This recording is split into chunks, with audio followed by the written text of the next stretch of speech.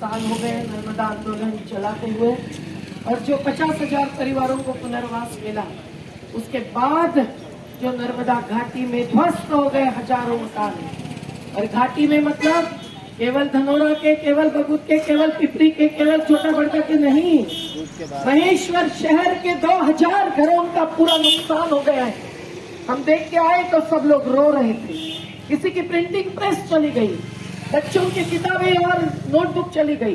तो यहाँ भी क्या हुआ है, कुंडिया कसरावत में क्या हुआ है, एकलवारा में सामने क्या हुआ है, और ये क्यों हुआ है भगवान भाई ने आपको बताया कि जब इतने सारे बांध एक नदी में बांधते हैं, तो विश्व बांध आयोग की मैं भी आयुक्त थी, तो हमने पूरे बड़े बांधों का अभ्यास किया। अमेरिका ने अभी 1951 बांध तोड़कर नदियों को खुला कर दिया है।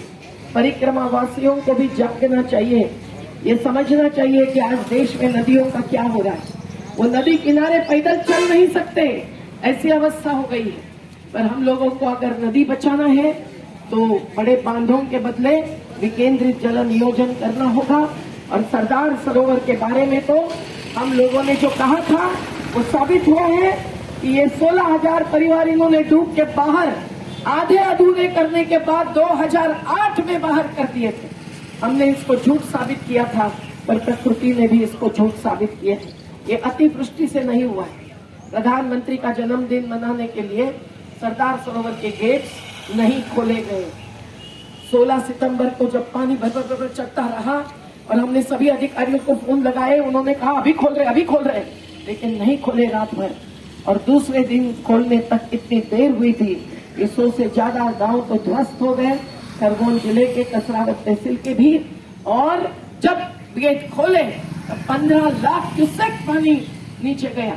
600 क्यूसेक जाता था, उसके बदले 18 लाख, 15 लाख नहीं 18 लाख क्यूसेक। उससे भरूच और अंकलेश्वर में क्या हुआ है, तीर्थ शुक्ल तीर्थ जैसा तीर्थ भंगार हो गया है, और वहाँ की खेती बर्बाद हुई है, और वहाँ के भूजल को भी समुन्दर ने 7 किलोमीटर 2013 से अंदर आते आते खारा कर दिया है। ये पूरी जो हकीकत है वो नर्मदा बचाओ मानव बचाओ ये नारे को सही साबित करती है।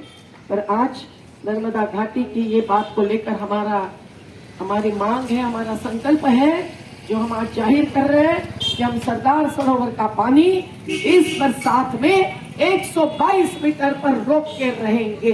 मंजूर है सबको? जब तक पुनर्वास नहीं होता है तब तक किसी की भी संपत्ति नहीं डुबा सकते। ये एक सुप्रीम कोर्ट का फैसला हमारे हाथ में है, ये कानून है। और कितने लोगों को 5,80,000 मिलना बाकी है, कितने लोगों को घर प्लॉट मिलना बाकी है। विधवा महिलाएं अकेली टीन शेड में पड़ी है, सुशीला नानक बेड़ी टीन शेड में पड़ी है, जबकि सामने ऐसी जमीनें हैं जिसके लाखों रुपए लेकर भी किसान छोड़ नहीं रहे हैं, वो अभी भी उसी को खेती कर रहे हैं, पर इनको एक घर प्लॉट देने की दानत तुमने नहीं। 5 करोड़ का तीर्थ राजघाट में बनाने का निर्णय हुआ है, ऐसी जाहिर हो रही है बात, पर क्या उसको मंजूरी मिली है? क्या राजघाट के दुकानदारों को दुकान का एक छोटे से ऐसे दुकान का भी घर प्लॉट मिला है? क्या जो गुजरात में फंसाए गए 17 लोग राजघाट के जो टापू में पड़े हैं उनका पुनर्वास हुआ है? हर बार आश्वासन देते रहते हैं आयुक्त महोदय के साथ, जब अधिकारी बैठते हैं हम 5 घंटे 7 घंटे हर महीने चर्चा करते हैं, हम कभी चर्चा नकारे नहीं है। लेकिन आज तक काम पूरा न होते हुए इस प्रकार से डूब आने के लिए जो जिम्मेदार है वो सरकार। तो हमको केवल राहत दी गई है। जब भोपाल में 3 दिन का धरना हुआ, इंदौर में हुआ, बातचीत हुई, लेकिन केवल राहत से नहीं चलता है।